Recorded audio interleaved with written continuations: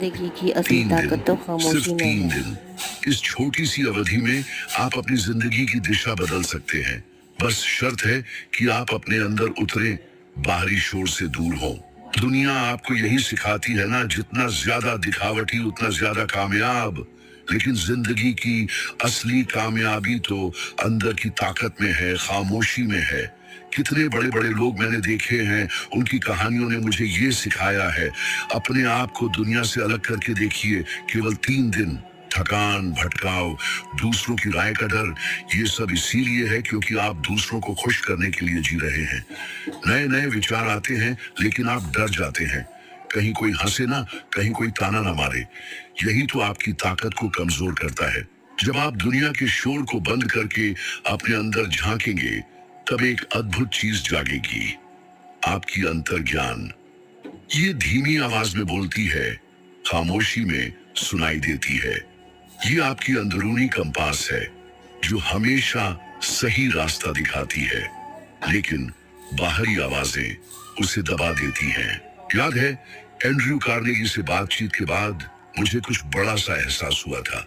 मैंने अपनी सारी जिम्मेदारियां छोड़कर सफलता के राज को समझने का फैसला किया। मेरे साथी पत्रकारों ने मुझे हंसाया, मजाक उड़ाया, कहा ये सब बेकार है। उनकी बातों ने मुझे परेशान किया। मैं हिचकिचाया, फिर मैंने खुद को अलग कर लिया।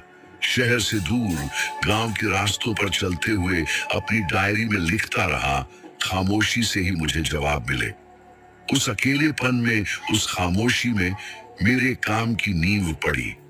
लोग अपने ख्यालों के साथ अकेलेपन से डरते हैं, क्योंकि खामोशी में ही अंदरूनी जंग होती है।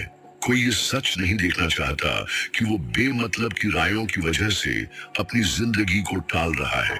कितनी बार आपने किसी की हंसी के डर से अपने काम को रोका है? कितनी बार आपने उन लोगों की बातों से अपने सपने को दबा दिया, जिन्होंने कभी कुछ किया ही नहीं? खामोशी आपको खुद पर काबू देती है। यहीं से आपके काम की जड़ें मजबूत होती हैं। अपने कामों के बारे में बताने की बजाय उन्हें करना शुरू कर दीजिए।